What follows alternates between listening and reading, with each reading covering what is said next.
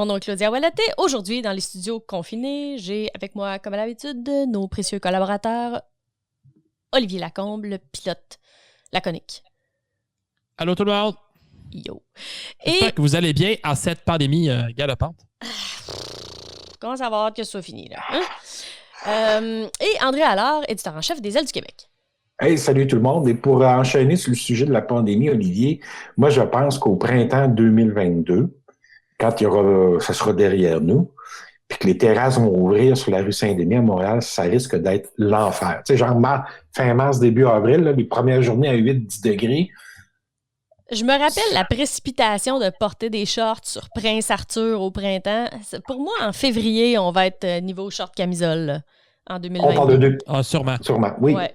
Il y a toujours le graphique là, qui montre au Canada qu'est-ce qu'on fait avec la température, là, puis c'est tout qui fait comme c'est t-shirt, short. Bien sûr, on a tous les irréductibles qui les portent tout l'hiver, mais pour les gens normaux. On va parler du CRIAC, André, aujourd'hui d'abord, qui s'entend avec l'IATA, mais on va s'en servir un petit peu pour discuter de ce qu'il mange en hiver. Oui, ben en fait, le CRIAC, ça veut dire Consortium de recherche et d'innovation en aérospatiale du Québec. Et ça a été fondé en 2002, cet organisme-là. C'est un organisme à but non lucratif. Et dans le fond, le CRIAC, c'est c'est ce qui fédère toute l'aide en aérospatiale au Québec. Pratiquement passe par le CRIAC. En fait, 90% des recherches et développements en aérospatiale au Québec se font via le CRIAC. Et la semaine dernière, le CRIAC a annoncé qu'elle avait une entente maintenant avec l'IATA. Entente un peu similaire avec celle qu'ils ont avec l'OACI, pardon. Évidemment, l'entente de la semaine dernière ne dit pas ce qu'ils vont faire exactement. C'est une entente pour dire qu'on s'entend, qu'on va s'entendre. OK? Mais les domaines de recherche spécifiques, c'est surtout tout ce qui trait à la cybersécurité, l'intelligence artificielle, tout ce qui tourne alentour du big data, là, finalement, c'est les domaines de recherche avec lesquels le CRIAC va collaborer spécifiquement.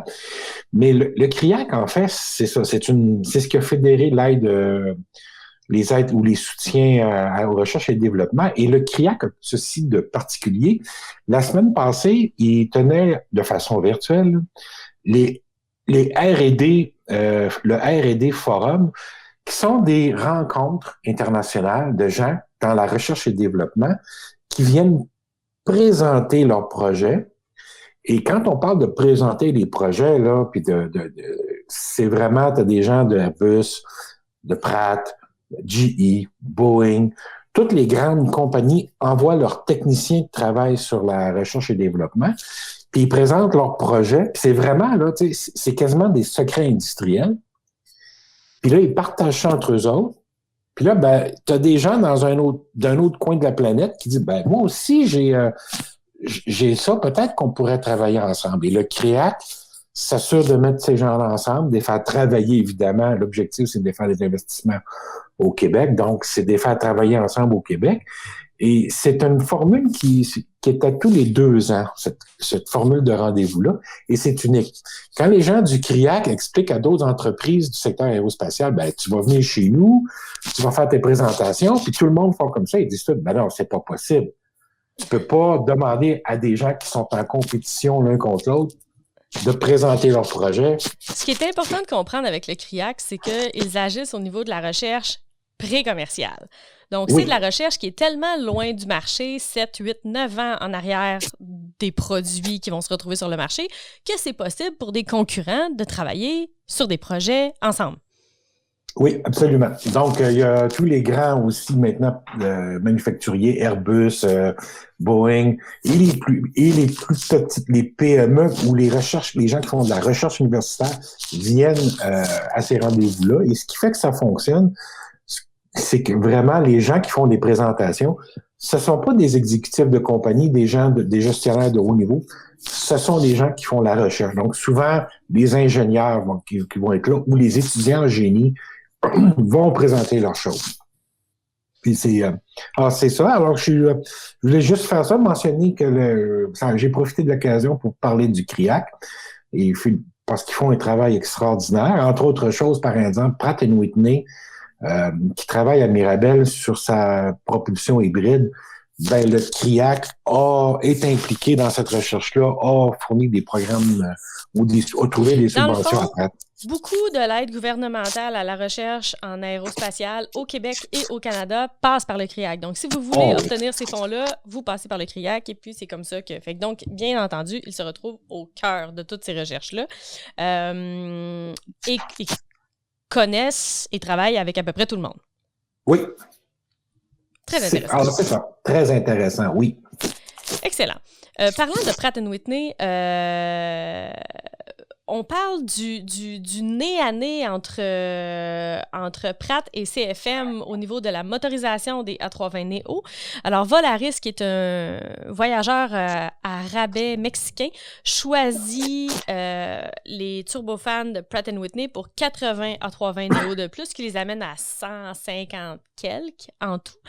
Donc, pour vous donner une petite idée, présentement, en fait, avant cette annonce-là, on était autour de 51% CFM, 49% Pratt pour les A320 Neo.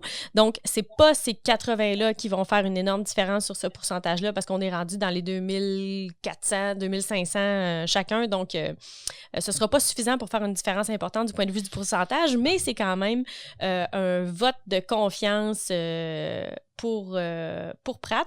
On a pensé pendant quelques temps que les problèmes sur la ligne avec ces moteurs-là allaient poser problème au niveau des livraisons. Donc, vu qu'il y avait une double motorisation, on se disait, pour moi, la balance va pencher du côté de CFM pour la balance des commandes. Mais finalement, non.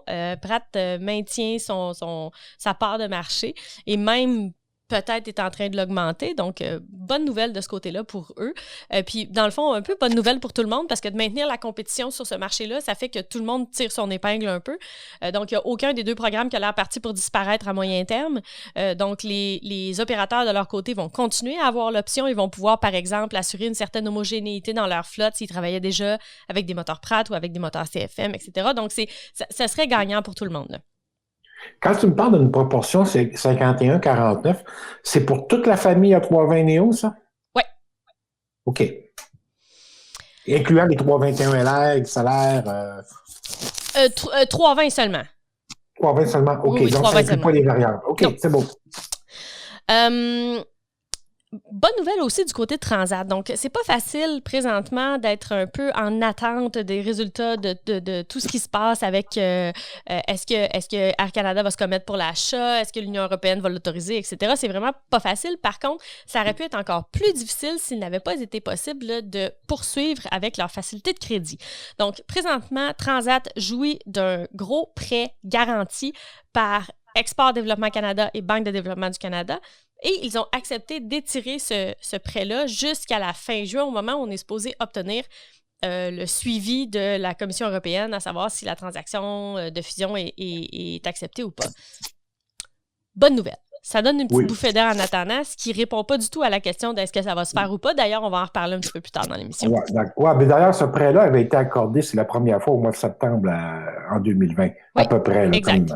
Comme, OK.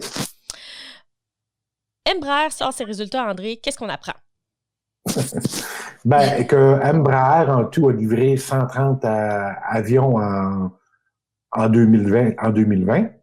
Sur ce 130 appareils-là, il y en a 44, c'était des avions commerciaux, dont 32 E175, un E190, 4 E290, puis 7 E295. Donc, on constate qu'en 2020, Embraer a livré seulement 11 E2 dans son année. Les avions d'affaires, 86 au total. La part du Lion revient encore au Phenom 300. 50 livraisons à elle seule pour le Phenom 300. Donc, au niveau des avions commerciaux, Embraer a réussi à se maintenir devant Comac cette année. Oui. Et voilà. Wow, quel exploit! Ouais, quel exploit. Mais on constate à quel point les Embraer, en ce moment, fait face à une montagne avec le 2. Les commandes sont à 175. Maintenant, il y en a 4 qui se sont ajoutées depuis le dernier trimestre. Mais on est loin d'être capable d'avoir un rythme de livraison intéressant.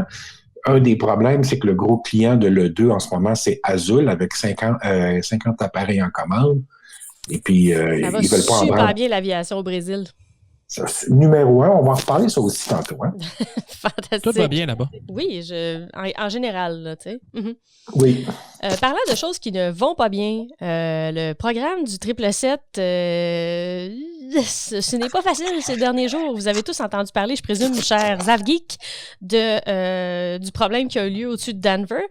Donc, un moteur PW4000 qui a perdu des morceaux, littéralement. Les photos sont absolument saisissantes.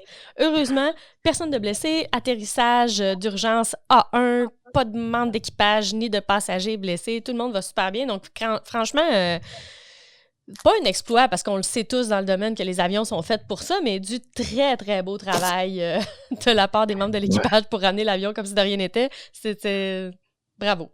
Ouais, il semblerait, parce que sur les vidéos aussi qu'on a vues, il semblerait qu'il y ait une pale de la soufflante, donc la première premier étage, si on veut, là, du moteur aussi, de la soufflante, qui se serait détachée. Donc, ce qui expliquerait les dégâts causés. PW4000, si ma mémoire est bonne, sur le 777-200, il n'y en a pas beaucoup au total. Il y a quoi, à peu près 120-125 appareils qui étaient équipés de PW4000? Quelque chose comme ça. C'est pas beaucoup. En fait, au départ, il y en a 69 qui sont équipés, qui sont présentement équipés de ces moteurs-là présentement en vol. Et il y en a 59 en entreposage. Donc, ça fait 100... déjà... Ouais. Fait que 128, ouais, c'est ça, 128. Donc, ça nous met, en fait, il y a United aux États-Unis, duquel provient cet avion-là qui a eu les problèmes en question. Il y a un opérateur au Japon, il y en a un en Corée du Sud, et c'est tout. Donc là, où on en est actuellement, première surprise, les amis, presque la première organisation à appeler au sol ces appareils-là, c'était, je vous le donne en mille, Boeing. Prenez une spatule, ramassez votre mâchoire sur le plancher. Écoutez, on a appris nos erreurs, finalement, on dirait peut-être de ce côté-là, et on s'est dépêché de prioriser la sécurité. C'est parce que, je vais être malin, là, mais quand c'est des avions de compagnies américaines qui sont impliqués dans des incidents, les décisions se prennent plus vite, et chez Boeing et à la FAA. Il y a plusieurs raisons, en fait, qui expliquent ça, je pense. D'abord, c'est un problème de moteur. Donc, Boeing peut dire « Arrêtez tout, il faut faire attention avec les moteurs Pratt & Whitney ». Bon, tu sais, ce qui n'est pas nécessairement super cool d'envoyer ton partenaire devant l'autobus, mais bon. Donc là, dans le fond, où est-ce qu'on en est? C'est qu'on demande d'accélérer les inspections pour ces moteurs-là et de ne pas, bien sûr, retourner les avions en vol tant que ça n'aura pas été fait. Ça, c'est une demande douce pour l'instant. Du côté du Japon, par contre, c'est une demande dure de l'autorité réglementaire là-bas. Les avions sont officiellement cloués au sol jusqu'à ce qu'on ait pu savoir quel était le problème et comment le prévenir. Donc, suffisait que le Max revienne en vol pour qu'instantanément, on en remette un autre au pilori. Ça va super bien. Oui, puis d'autant plus quand pendant la fin de semaine, il y a un 747 aussi en Europe qui a, au départ d'Amsterdam, si je ne me trompe pas. Maastricht. Et là aussi, dans le cas du 747, on parle c'est un 747-400, donc on parle nécessairement de PW4000, si je ne me trompe pas, Olivier. Moi, le 747-400, les seuls qui m'intéressent, c'est ceux avec des RB211, le reste... Mais oui, c'est des 4000 aussi. C'est pas moi l'expert en avion civil, c'est Greg. OK. Mais de mémoire, et d'après ce que j'ai pu lire, c'était aussi un PW4000. Oui, mais d'un modèle un petit peu plus petit. Oui. Qui est donc pas exactement le même, mais effectivement, ça, c'est un problème. Là, dans ce cas-là, on soupçonne que peut-être le problème, ce serait l'opérateur et non l'opéré. Donc, à suivre, parce que bien entendu, encore une fois, André, tu parlais de quand les accidents arrivent aux États-Unis, quand les morceaux tombent sur l'Europe aussi, on se dépêche de prendre action. Et il y a eu des personnes blessées au sol, si ma mémoire est bonne. Effectivement, une dame, en fait. Les morceaux dans ce contexte-là, ce problème-là, étaient beaucoup, beaucoup plus petits. Donc, autour de 5 par 25 cm, par opposition à un énorme morceau de capot moteur, comme on a vu sur des photos aux États-Unis. Ouais, l'entrée du moteur, dans le cas aux États-Unis, et qui est tombé devant une maison. Ouais. Et ça, là, je peux te dire que si ça tombait dans la cour chez Greg, il le garderait. Ça deviendrait sa propriété. C'est sûr. Ça serait le nouveau patio.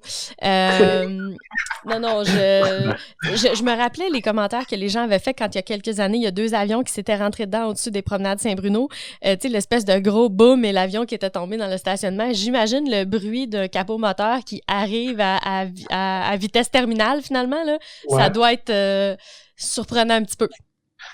D'après moi, ça réveille. Mais curieusement, vois-tu, gardes, hier, là, quand ma conjointe m'en a parlé, elle dit « Ah, tu as vu les problèmes de Boeing? » Ben non, c'est pas vraiment Boeing, c'est le fabricant des moteurs.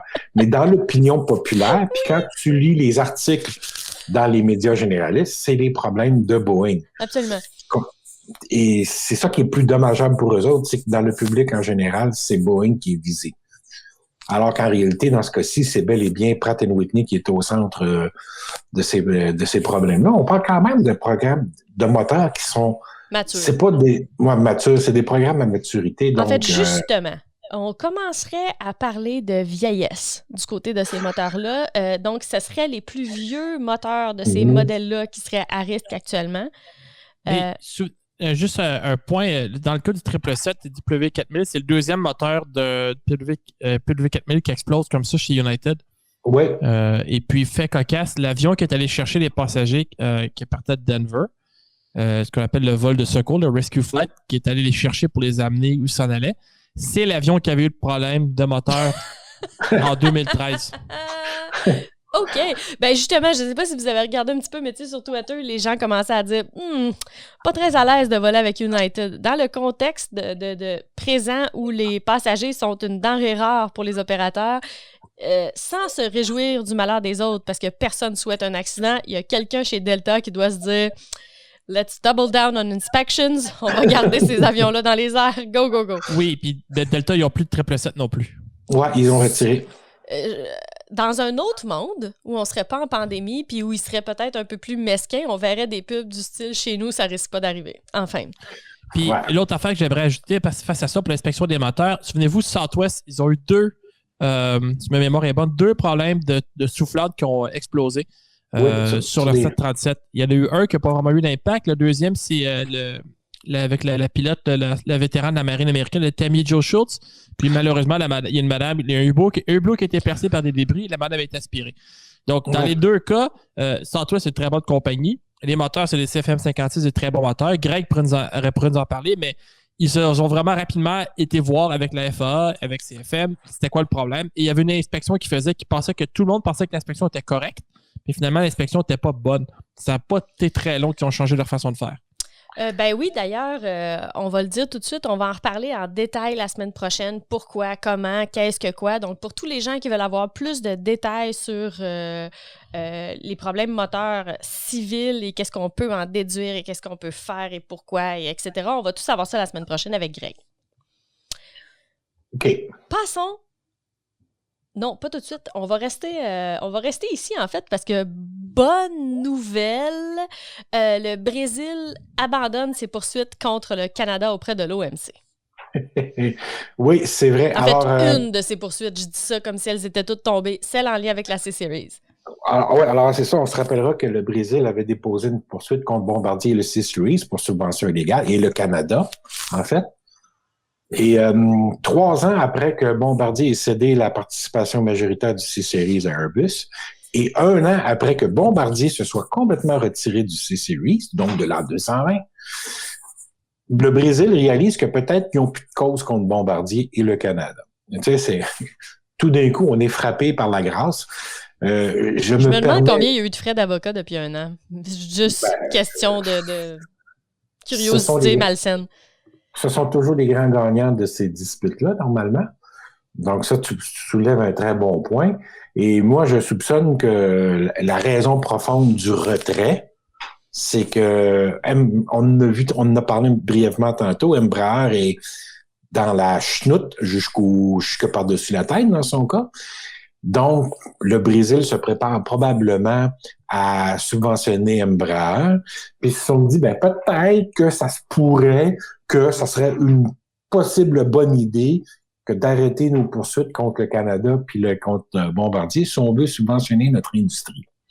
Ça, c'est la première constatation qu'on peut tirer de ça. Et je vais pousser le sarcasme un peu plus loin. Vous remarquerez que Embraer, suite à la prise de contrôle de l'A220 ou du C-Series par Airbus, Embraer n'a jamais poursuivi l'Europe et Airbus, parce que théoriquement, Airbus, si la subvention, si Bombardier a profité d'une subvention illégale pour le C-Series, puis que c'est Airbus qui se retrouve avec le C-Series, théoriquement, la subvention illégale était bonne aussi pour Airbus. Oui, mais elle a été faite par le Canada et elle bénéficie à l'Europe. J'avoue que d'être capable de défendre cette cause-là devant un juge, c'est déjà complexe quand il y a un lien direct de territoire. Quand il n'y en a pas, là, oui, mais de toute façon, jamais Embraer n'a osé pendant toutes ces années à déposer, ni même avant celle-là, et pour d'autres raisons, à déposer de plaintes contre Airbus, parce qu'on s'entend très bien que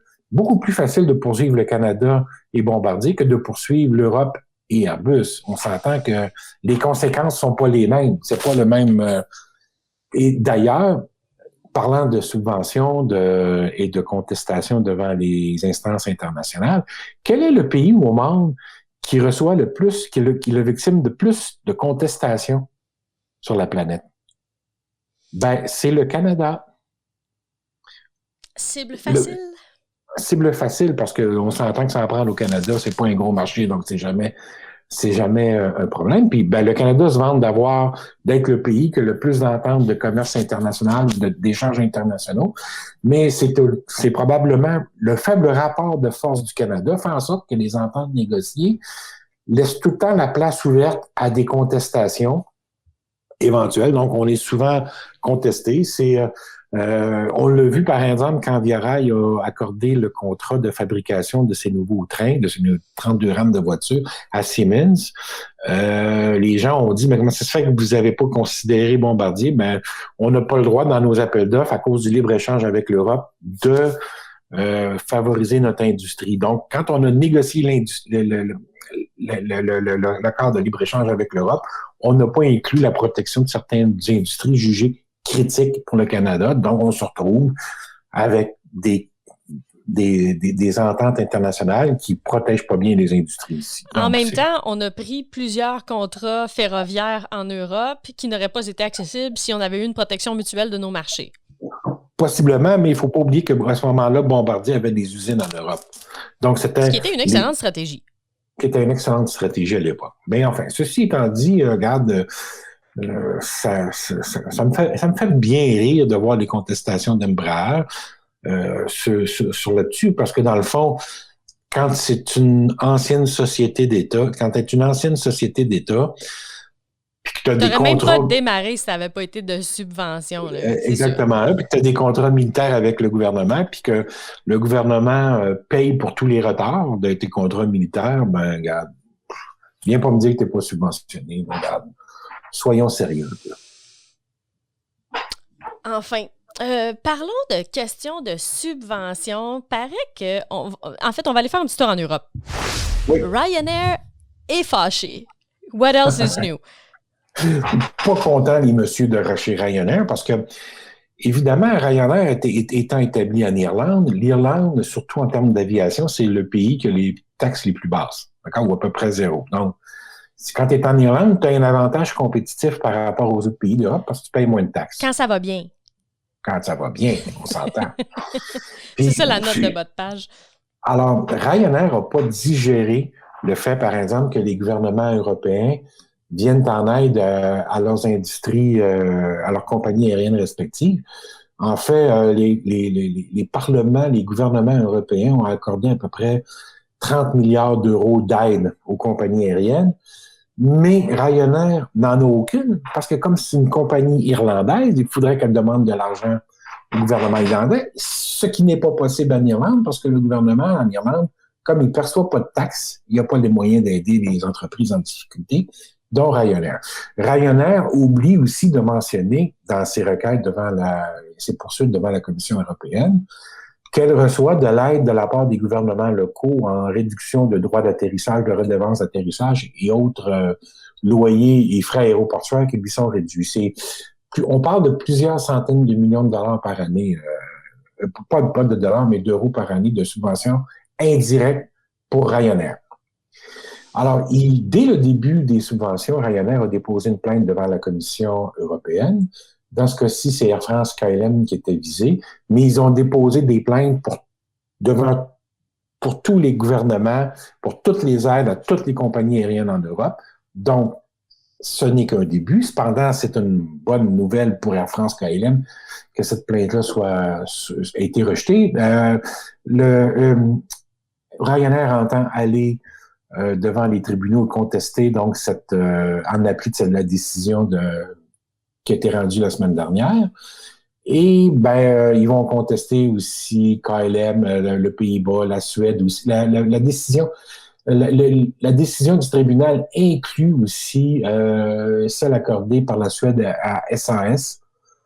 Donc, cette subvention-là a été jugée conforme. Donc, Ryanair s'enligne pour payer beaucoup de frais d'avocat en 2021 encore. Et je tiens à faire un petit lien ici entre Ryanair, Boeing et Embraer. Donc, 3 compagnies qui ont des choses en commun, et c'est beaucoup plus que les avions qui ont en commun. C'est la manière de traiter les subventions, c'est-à-dire que quand nous, on en reçoit, c'est correct. Quand les autres en reçoivent, c'est pas bien, on conteste. Ça fait que c'est un peu la mentalité de Ryanair.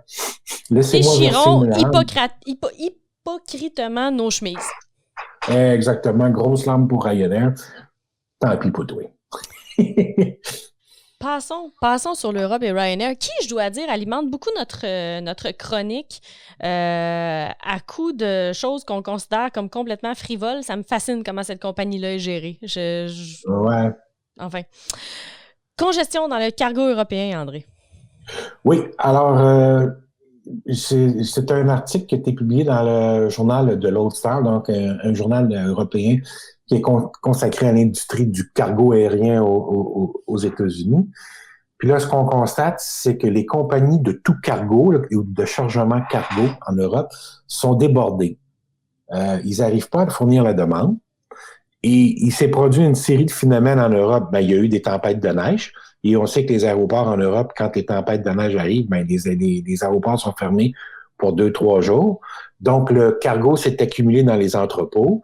Il y a eu pendant le Nouvel An chinois, comme ils recevaient moins de cargo de la Chine, ils ont rattrapé un peu le retard. Mais dès la fin du Nouvel An, là, il y a un nouveau surplus de cargo qui est arrivé, de sorte que les compagnies se retrouvent à nouveau débordées. Et là, on donne l'exemple ici de la compagnie d'Entaz, dont le volume a augmenté de 40% en un an, mais que les activités sur la rampe, elles, ont augmenté de 113%. Parce qu'il se produit un phénomène étrange quand tu es congestionné, si tu augmentes le volume de 5%, le temps de chargement, le nombre de personnes ou la quantité de temps nécessaire à faire le chargement augmente pas de 5%. Des fois, il va doubler, tripler. Tu sais, c'est plutôt 10, 20, 30% d'augmentation. Parce que quand tu rajoutes trop par-dessus trop, t'allonges les temps. Donc, les compagnies sont débordées et ça crée un problème, c'est que l'équipement est sollicité à son maximum. Donc, l'équipement de chargement. Les fameux convoyeurs qui permettent de rentrer, par exemple, les palettes dans un avion cargo sont sollicités à 100%. Dans le cas de la compagnie que je viens de citer, eux, à un moment donné, ils ont eu un problème. La machine a lâché. Il y a une machine qui a lâché. Donc, ils n'étaient plus capables de l'utiliser pour le chargement. Ils ont dû faire venir une pièce. Le temps que la pièce arrive, t'as une machine qui n'est pas disponible 2-3 jours de temps et là, tu réaccumules du temps de retard. C'est une situation là, qui est en train de se répartir partout. Dans ce cas-ci, on parlait de Schiphol, mais c'est une situation qui est en train de dégénérer partout en Europe. C'est que les volumes sont trop élevés. Et il y a un autre phénomène qui se produit, c'est que c'est vrai, les entrepôts de cargo sont surutilisés. Maintenant, ces compagnies de cargo-là qui reçoivent un surplus de volume ne peuvent pas utiliser les espaces ailleurs sur l'aéroport. Souvent, tu vas avoir des avions, quand les avions volent normalement, tu as des vols de passagers réguliers, les compagnies aériennes vont s'occuper de charger le cargo à leur rampe à eux, aux barrières commerciales du terminal, puis elles ont leurs propres équipements pour le faire. Là, ce qui se produit, c'est que les compagnies de cargo, si elles veulent charger plus d'avions, elles doivent utiliser des espaces ailleurs sur l'aéroport. Oui, mais là, tu prends ton matériel, tu vas voyager 5 minutes, 10 minutes sur l'aéroport pour aller faire des chargements. Donc, tu rallonges le temps de chargement, le temps d'opération, et c'est en train de congestionner lentement et sûrement. Arrive avec ça les vaccins, puis le matériel sanitaire qui sont prioritaires et qui doivent passer avant tout le reste maintenant. Donc, la distribution de vaccins qui se fait beaucoup par avion, par cargo aérien. Donc, on est en train de créer une situation idéale où c'est en train de dégénérer en Europe, le cargo, les délais. Donc, c'est pas fini, les délais de cargo. Attendez-vous, quand vous commandez des choses, à ce que ce soit de plus en plus long à faire venir du matériel qui n'est pas fabriqué au pays. C'est un problème qui vient s'ajouter au reste. OK. Tenez-vous là pour dit. Achetez local. Oui. Oui. On passe à la question de la stratégie d'acquisition d'Air Canada. Ouais, en fait, une stratégie d'acquisition, de négociation avec le gouvernement fédéral, je suis un petit peu déçu? Déçu ou perplexe? Perplexe, ouais, sur la façon dont ça se passe en ce moment. Rappelez-vous qu'à l'automne dernier, au mois d'octobre, quand Air Canada a dévoilé ses résultats financiers, le dimanche avant le dévoilement, donc Air Canada dévoilait ses résultats financiers le mardi, et le dimanche, le ministre des Transports émettait un communiqué de presse. Déjà, en partant un communiqué de presse par l'équipe du ministre des Transports un dimanche, c'était assez exceptionnel, pour dire que finalement, le Canada allait donner mettre sur pied une aide spécifique au transport aérien. De sorte que, quand Air Canada a présenté ses résultats trimestriels, le président, M. Rovanichki, a mentionné, on s'apprêtait à annoncer de nouvelles coupures sur le transport régional, mais étant donné la déclaration du ministre de dimanche dernier, on va suspendre nos nouvelles coupures, puis on va aller négocier avec le gouvernement. Et à l'automne aussi, il a fallu allonger les délais pour l'acquisition de Transat parce que la Commission européenne n'avait toujours pas tranché. Curieusement, la Commission européenne a demandé des nouveaux documents et Air Canada a tardé à transmettre ces documents-là, de sorte que la Commission européenne maintenant considère que ça va aller à la mi-juin, au mois de juin, avant de rendre une décision sur l'acquisition éventuelle de Transat.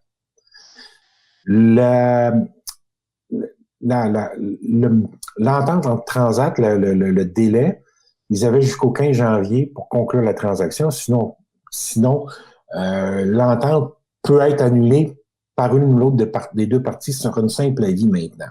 Donc, le délai est expiré, du 15 janvier est expiré, et Air Canada a refusé d'allonger ce délai-là. OK? Elle aurait pu simplement, parce que l'entente prévoyait qu'elle puisse extensionner les délais. Donc, Air Canada a refusé d'extensionner ce délai-là.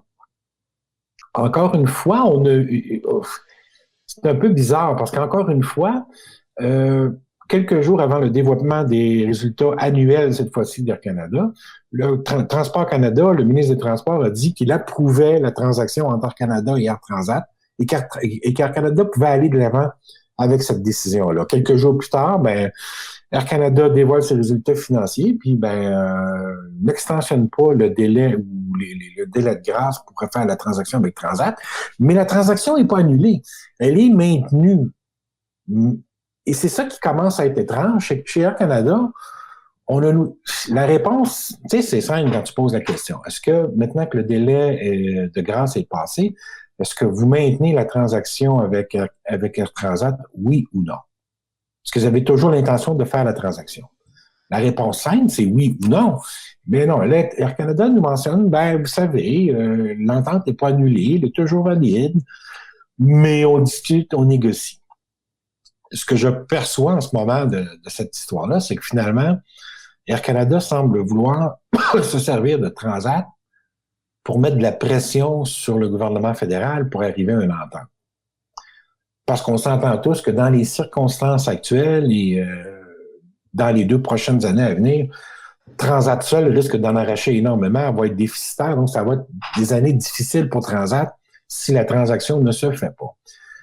Donc, est-ce qu'on tente du côté d'Air Canada de forcer la main à Ottawa un peu plus, d'accélérer les négociations? C'est fort possible. Mais je constate, il y a un dicton qui dit « tout ce qui traîne se salit ». Et je constate que l'acquisition de Transat par Air Canada traîne en longueur. J'aime pas ce que je vois.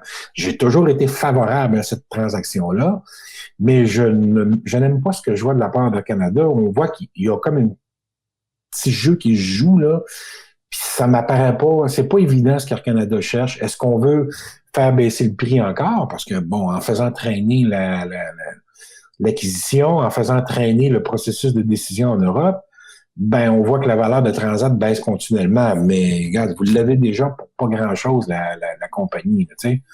Fait que j'aime pas ce que je vois, j'aime pas ce que j'entends. Je suis très mal à l'aise de voir ce qui se passe et je suis perplexe par rapport à la position d'Air Canada là-dessus. Et j'aimerais comprendre c'est quoi leur position et la game qui joue, comme on dit en bon québécois. J'aimerais savoir c'est quoi parce que là, je vais vous avouer que j'ai perdu un petit peu mes repères dans cette histoire-là. Olivier? Non? Moi, je ne commenterai pas cette situation-là. Désolé. D'accord. Mais je me garde le droit de réserve. Les auditeurs pourront se demander pourquoi, mais vous savez pourquoi. Ouais.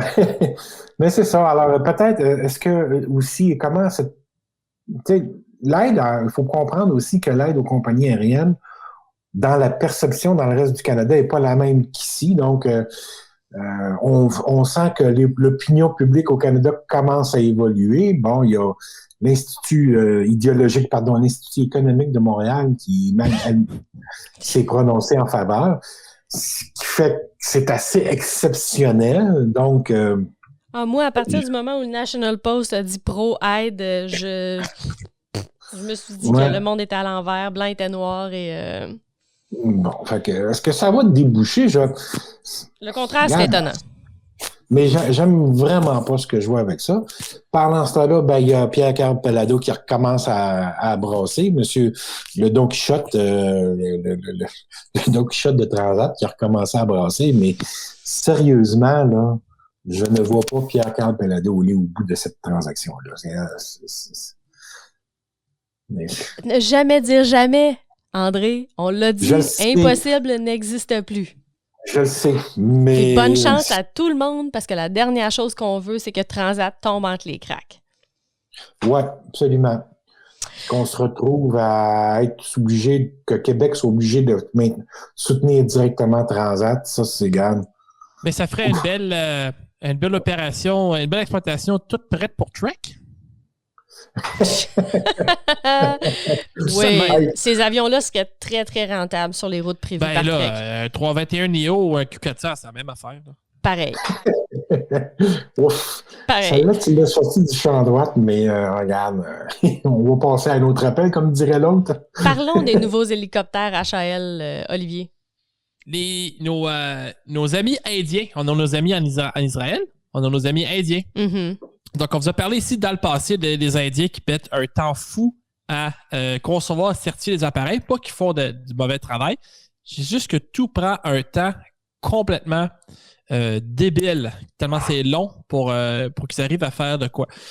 Donc, je vais vous parler un peu de ça. Donc, un nouvel hélicoptère pour les forces indiennes. On parle de 314 appareils pour les 3 services. Donc, pour la marine, l'aviation et l'armée. C'est beau, un marché intérieur.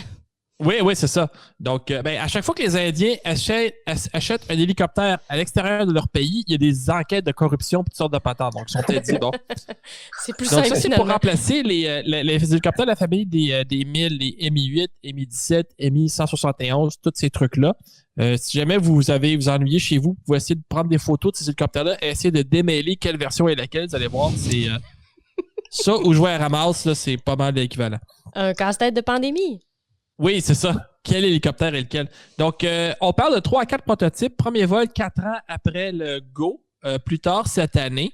Donc, on a hâte de voir ça. Mais dans les hélicoptères HAL, je crois qu'avec le Druve et l'hélicoptère d'attaque qu'ils ont fait à partir du Druve, je crois qu'ils ont quand même un meilleur échéancier qu'avec leurs avions. Là, donc, comme le LCA, que ça fait 40 ans qu'il est en développement, on en a parlé. Donc, on parle de rotor principal 5 pales, rotor anti-coupe 4 pales, contenu domestique de 75%. On parle d'un moteur de 2800 chevaux sur l'arbre, des moteurs importés. Donc, ça laisse la place à un moteur d'ici. Ça peut être le PW100, comme les Russes avaient mis sur le Mi-38 sur un des prototypes. Ça peut être un moteur américain, ça peut être un moteur européen, ça peut être un moteur russe. Donc, il se laisse la porte ouverte. Il risque d'avoir un peu de concurrence, de compétition pour motoriser cet hélicoptère-là. Et les concurrents, pour vous donner un peu l'ordre de grandeur, comme ça remplace un Mi-8, ben c'est le AW101, le H225 d'Airbus, le NH90, le S92 et bien sûr le Mi-17. Et comme ces hélicoptères-là que je vous ai mentionnés, ben, le nouveau hélicoptère HAL, qui n'a pas de désignation en tant que tel, la possibilité d'être armé. Donc, une machine de 13 tonnes, 36 soldats équipés à bord. Oh, quand même. Une grosse bête, là. Pensez à un cormoran. Ou un Mi-8 carrément. C'est à peu près ça la grosseur de la machine. OK. On passe au programme Aéronet. Excuse-moi, oui, là, ça a mais l'air ça sonne mauvais. Qu'est-ce que c'est que ça, le programme Aéronet? C'est pas une compagnie qui lave les avions d'affaires à Dorval, ça? Ouais. C'est aussi beaucoup de réseaux en aviation. Donc, Aéronet, les Américains que la US Air Force, ça fait depuis 2009 qu'ils tournent autour du pot, à savoir, est-ce qu'on va avoir des avions d'attaque au sol légers? Souvenez-vous, quand il y avait l'administration Obama et avec le secrétaire de la Défense Robert Gates qui avait annulé les F-22, on en a parlé. Ils ont annulé les F-22, ils ont remplacé par des King Air 350 de reconnaissance et de guerre électronique, si on veut. Et là, ils se sont rendus compte qu'avec le pivot vers des conflits majeurs, contre des opposants majeurs, donc à savoir la Chine et la Russie, ils savent bien que leur flotte d'avions tactiques est après utilisée, mais d'une façon démesurée. Donc, exemple, en Afghanistan, où il n'y a à peu près aucune opposition, et même en Syrie, où il n'y a aucune opposition air-air ou sol-air face aux avions, utiliser un F-18 ou un F-16 pour virer en rond pendant 4 heures et peut-être larguer une bombe sur un camion avec 2 gars dedans, ça coûte cher. Donc, l'idée, c'est de prendre des avions d'attaque légers, exemple des Super Tucano, et ou la version développée par Beechcraft ou Raytheon maintenant, ou Textron maintenant. Faut suivre, Olivier. Oui, c'est ça, le T6 qui en fait que le Harvard 2 qu'on utilise au Canada ou le AT6 ABC qui ont aux États-Unis pour faire ce même travail-là. Il y a déjà eu des compétitions dans le passé. En 2017, il y avait une démonstration entre le A29, le AT6 et aussi le L3 Longsword, qui est un avion d'épannage agricole militarisé avec des armes, et aussi le fameux Textron Airland Scorpion, l'espèce de jet de reconnaissance d'attaque avec une aile d'avion d'affaires que personne n'a voulu parce que justement son aile n'était pas assez performante. Donc, ils ont fait cette démonstration-là. Ils ont opposé le A29, le Super Tucano, avec le AT6. Il y a un pilote qui s'est tué le 22 juin 2019. Donc, le pilote est arrivé trop bas, il a fait un virage, l'avion a décroché et il n'a pas pu s'en sortir. Pendant une démo. Oui, pendant une démo. Donc, c'était une évaluation. C'était un pilote militaire américain qui volait l'avion puis qui devait faire un rapport comme quoi que l'avion peut être employé. Donc, tout le monde sait que ces avions-là peuvent être employés pour faire exactement ça, virer en rond pendant des heures, à peu de frais et larguer une bombe sur un pick-up. Donc, tout le monde sait ça, mais les Américains, en fait, la force américaine, la US Air Force, l'armée de l'air américaine, a comme une aversion face à des avions qui ne sont pas technologiquement avancés. Donc, ils essayent de tuer le A-10 depuis que l'avion est en service, carrément. Donc, c'est pas assez sexy comme avion, même si c'est vraiment utile pour le genre de mission qu'ils ont à faire. Et là, encore une fois, ils voulaient acheter des avions. Oh non, on n'achètera pas. Qu'est-ce qu'on veut faire? Qu'est-ce qu'on fait pas? De l'autre côté, on a le corps des Marines qui a fait des études avec des OV-10 Bronco en Afghanistan et en Irak.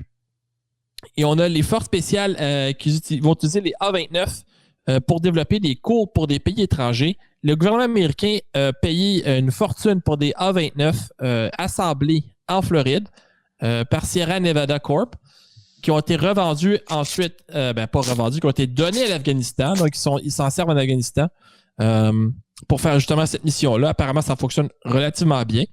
Et là, le programme Aeronet, on y arrive, c'est le premier de 3 avions pour le AT-6E qui s'appelle maintenant le Wolverine, qui est peint comme un Phantom dans les années 80 qui était basé en Europe. Donc, Aeronet, c'est Airborne Extensible Relay Over Horizon Network. Excusez. Ouais. C'est complètement débile. Donc, ils tournent autour du pot. Ils sont supposés avoir 3 avions. On ne sait pas ce qu'ils vont faire avec ça. Ils vont sûrement faire on a fait des tests, mais finalement, c'est pas bon. Ça ne peut pas résister à un Sukhoi 35. Oui, mais tout le monde le sait. Mais encore là, c'est l'argent qu'ils dépensent à voler des F-15 puis des F-16 pour larguer une bombe sur 2 gars derrière d'une roche. Là, c'est complètement débile. Là. Je fais que ça a l'air bien parti, ce projet-là. Oui, ben juste pour parler en finissant du AT-6, mais c'est comme le Harvard 2, mais cet avion-là a 6 pylônes dans tous les ailes. Il est équipé d'une caméra tourelle MX-15 qui est de chez L3 Harris. Et il a le même système de manche et de manette des gaz qu'un F-16. Donc, la tête du manche à balai et la tête de la manette des gaz, c'est la même que sur un F-16, donc avec les boutons multifonctions, tout ça. Donc ça, c'est commencé depuis quand, tout ce programme-là? Rappelle-nous la date. 2009. Bon. Fait que 11 ans plus tard, on commence à voir le bout, là. On n'a pas d'appel d'offres en ligne, là. Pas du tout, là. Au début, il a déjà été fait mention qu'il voulait acheter comme 360 quelques avions. Puis il avait quand même une bonne idée à ce moment-là. C'était, OK, on va acheter ces 360 avions-là. Quand les pilotes qu'on entraîne vont sortir de l'école, avant de les envoyer voler un F-35, un F-16, un F-15, on va leur faire comme 2 à 3 ans sur ces avions-là. Donc, ils vont prendre de l'expérience. Ils pourront aller faire des missions de combat. Et ça ne se coûtera pas. On ne va pas utiliser des heures de nos F-16, nos F-15, nos F-22, nos F-35 pour faire des trucs qu'on n'a pas besoin de faire. Et quand les pilotes vont arriver en escadron avec des avions plus récents, plus performants en fait, pas plus récents, en fait plus anciens, parce que ces avions-là vont être neufs, puis les F-16, c'est comme des vieilles patentes. Mais ils vont avoir une expérience qui est transférable. Ils auront fait des missions de combat, ils auront fait du vol tactique, employer des armes, tous des trucs, ça se transfère d'un avion à l'autre. Donc ça, c'était une bonne idée. Mais justement, quelqu'un a dit « Hey non, l'avion, il y a une hélice sur le nez de l'avion, là, c'est mal. J'aime pas ça. » Si c'est pas un jet, c'est non. Exactement. En fait, c'est pas un jet que supersonique. Donc, parce qu'ils essaient de tuer le A-10. Ah, aussi. Assez, c'est pas assez. Bref. C'est vraiment incroyable. Donc, ouais, c'est ça. Donc, on suit le dossier pour vous, chers auditeurs. Fait que dans 5 ans ou plus... On va vous dire que dans 5 ans, on va vous dire que ça a été annulé et qu'ils ont perdu de l'argent. C'est ça. Surprise. Parlant de pertes, pilote de Rafale qui était pas mal dans le champ. Oui, il était perdu. Mm-hmm. Donc, 2 Rafales de la base d'Orange. Donc, dans la région, ils ont frappé 3 lignes électriques et ça a causé un début d'incendie dans les régions des Alpes de Haute-Provence. Et puis, la panne a duré de 14 heures à environ 17 heures locales. Ça s'est arrivé la semaine dernière. Donc, les Rafales, il y a eu des photos qui ont sorti, là, ils ont été graffinés par les câbles sur un moyen temps. Ce qui est intéressant de noter, c'est qu'il n'y a personne qui a été blessé. L'avion n'a pas été perdu. Souvenez-vous, en Italie, l'avion de la marine américaine, le Prowler, qui avait sectionné un câble de téléphérique. Ouf. Oui. Et que la nacelle était tombée par terre. Avec des gens dedans? Ok, oui. Oh. Donc, ça arrive souvent. Il existe des systèmes pour les hélicoptères où les hélicoptères vont avoir un système qui est capable de détecter les lignes à haute tension. Mais l'hélicoptère, ça avance pas très rapidement. D'après moi, ça ne marchera pas sur un avion comme le Rafale parce que c'est juste trop rapide. Donc, il y aurait pas le système ne serait pas capable de se mettre à jour assez rapidement pour dire au pilote « Hey, il y a quelque chose en avant, méfie-toi ».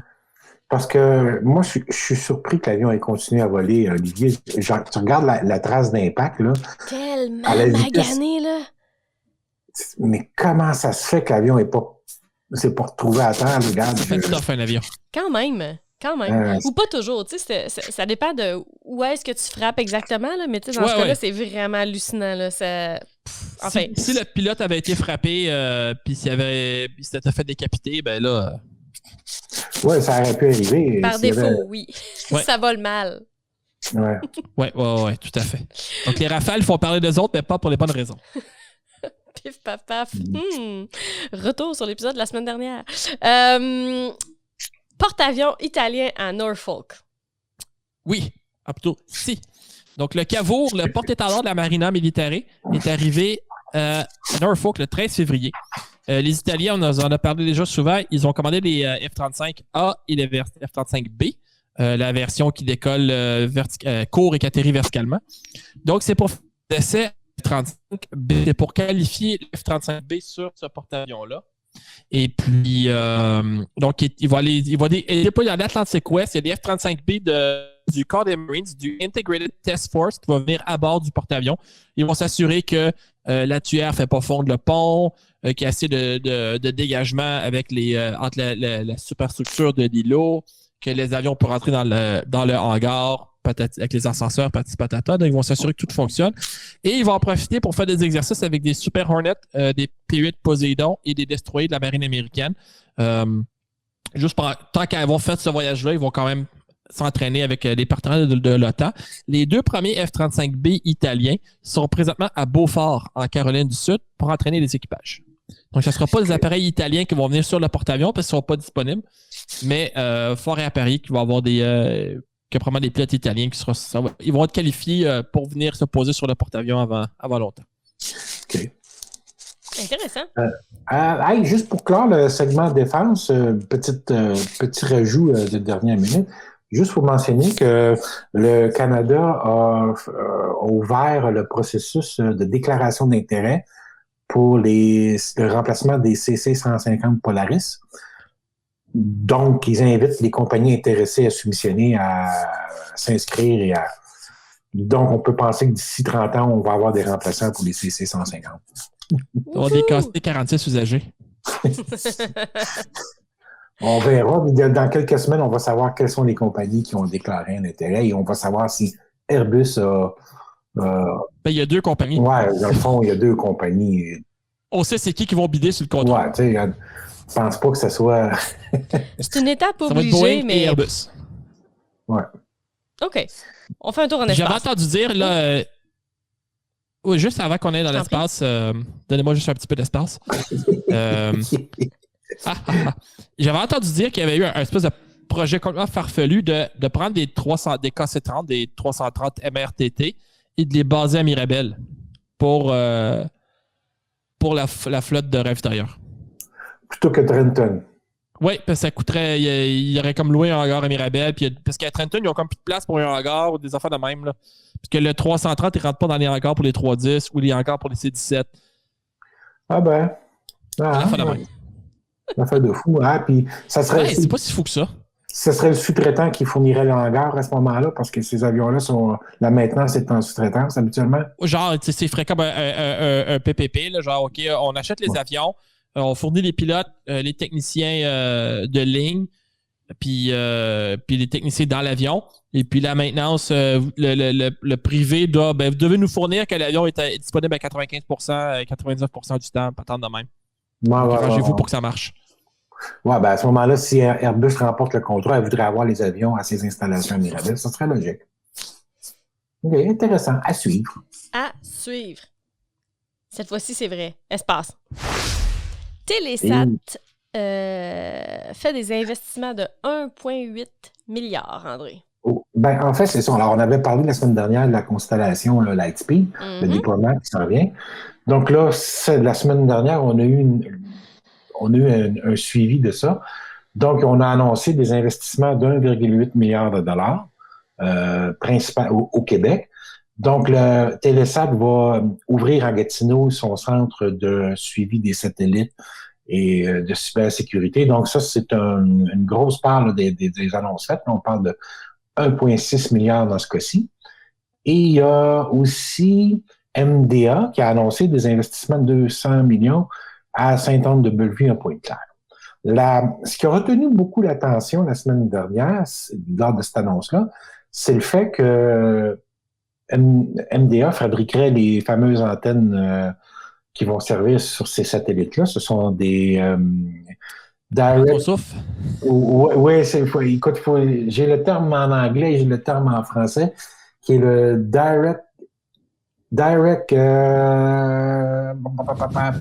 je l'ai perdu. Ce sont des antennes, donc, qui, au lieu d'avoir besoin Direct Radiating Array.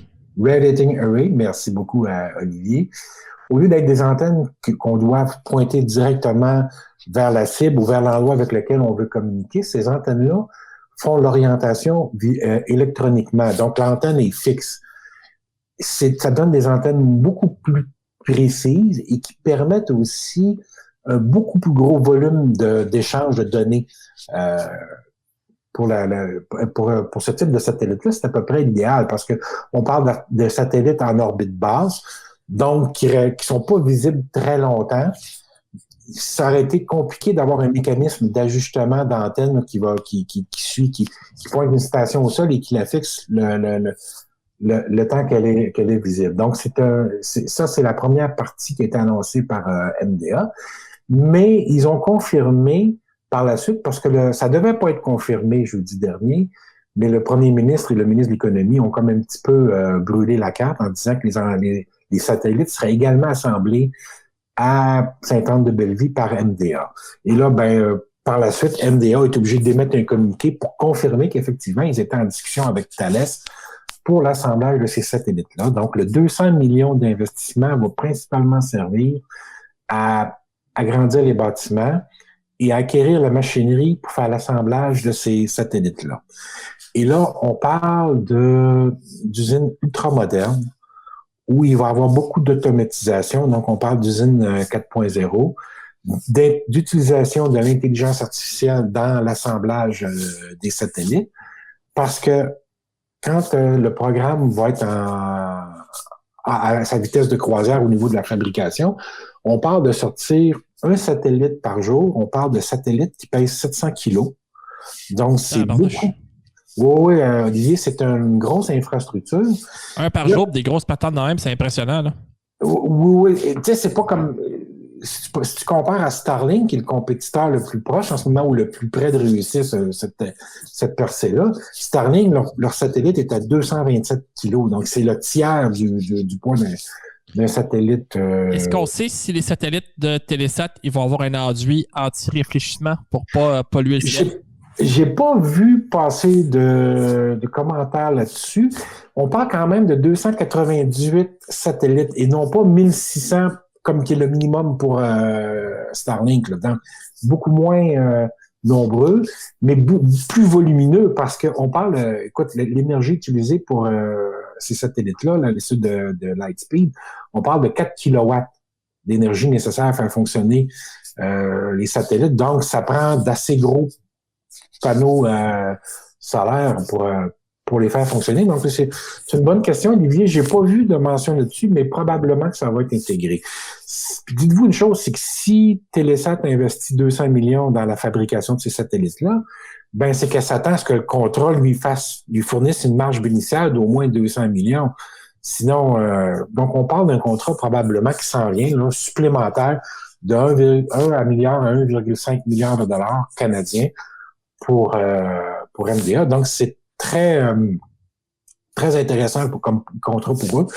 Et c'est surtout que ça va les positionner dans la fabrication à la chaîne à grand volume de satellites qui vont être déployés sur des orbites basses. Donc, ça leur donne un avantage technologique aussi et de connaissances pour les années à venir. Donc, on s'était posé la question la semaine dernière, quelles seraient les retombées économiques pour le Canada du programme Lightspeed, puis le fait que Thales ait obtenu le contrat de fabrication des satellites. Donc, Thales va s'occuper de fabriquer les composantes en Italie et en Europe. Elle va les envoyer ici pour l'assemblage final à Sainte-Anne-de-Bellevue, possiblement. Ils n'ont pas mentionné Sainte-Anne-de-Bellevue comme site, mais on se doute que ça serait cet endroit-là. Et en passant, dans les spécifications techniques là, des satellites du programme Lightspeed, bon, je vous ai parlé du poids, je vous ai parlé de la quantité d'énergie nécessaire. Le Télésat mentionne que la vitesse, la capacité initiale qui va être offerte, on parle de 7,5 gigabits par seconde. OK? Et dépendant du lien au sol, si on grossit la station au sol, on peut aller jusqu'à 20 gigabits par seconde. C'est quand même comparé justement à Starlink, qui eux disent qu'ils vont avoir une capacité d'1 gigabit par seconde. Donc, c'est quand même des satellites extrêmement puissants qui vont pouvoir transmettre énormément de données. J'ai mentionné tantôt 298 satellites. Il y en a 78 qui vont être sur une orbite polaire basse, donc de 1015 km. Puis ils vont être sur 6 plans en anglais, donc 6 axes, OK, de 13 satellites chacun, afin de couvrir les 2 pôles. Puis pour le restant de la planète, là où la majorité des communications se font, donc il va y avoir 220 satellites qui vont être à 1325 km d'altitude et sur 20 axes, 11 satellites par axe. Ils devraient couvrir la Terre en entier. Donc, les premiers lancements, c'est la fin de 2023. Donc, les délais sont courts, là. Regardez ça, le MDA doit finir sa négociation avec Thales, lancer l'agrandissement, l'acquisition de la chaîne, du matériel pour la chaîne de production et sortir ses premiers satellites au début de 2023. Parce que si tu veux lancer à la fin de 2023, il faut que tu sortes les premiers satellites, que tu puisses les tester aussi. Et on s'entend que tout ce qui est la phase de test dans un satellite, c'est très long, c'est très complexe parce que une fois que le satellite est rendu dans l'espace, tu as zéro possibilité d'aller le réparer ou le récupérer. On s'entend donc pour ça, c'est très audacieux comme programme, mais en même temps, Telesat se fait pousser dans le dos par Starlink parce que le Starlink, eux, ont commencé à annoncer tu peux prendre un préabonnement. Si tu restes dans une région éloignée au Québec, tu peux prendre un préabonnement avec Starlink. On parle d'un abonnement mensuel de 129 $ par mois. Et il faut acheter, évidemment, la quincaillerie. Donc, si tu achètes la quincaillerie, ton premier mois d'abonnement avec les taxes te revient à 849,92 pour le premier abonnement. Après ça, ça va être 129 $ par mois, plus les taxes, bien entendu. Fait que Starlink va avoir l'avantage d'être le premier à arriver sur le marché à offrir une connexion haute vitesse dans toutes les régions du Canada.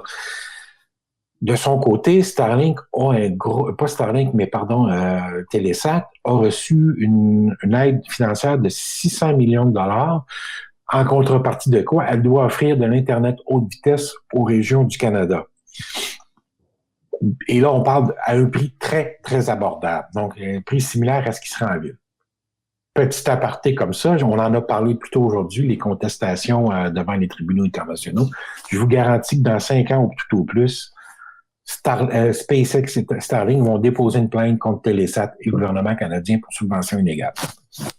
Petite prévision personnelle, c'est comme ça que ça marcherait au Canada. Donc, c'est ça, mais je suis quand même très content de voir que MDA récolte, va faire l'assemblage des satellites. C'est une composante importante et ça va pour le futur aussi de l'industrie spatiale au Québec, là, c'est un bon contrat. C'était de très belles annonces. Cool. Félicitations. Oui. Et la grande nouvelle spatiale de la semaine, Olivier? Persévérance. Yay! Yay!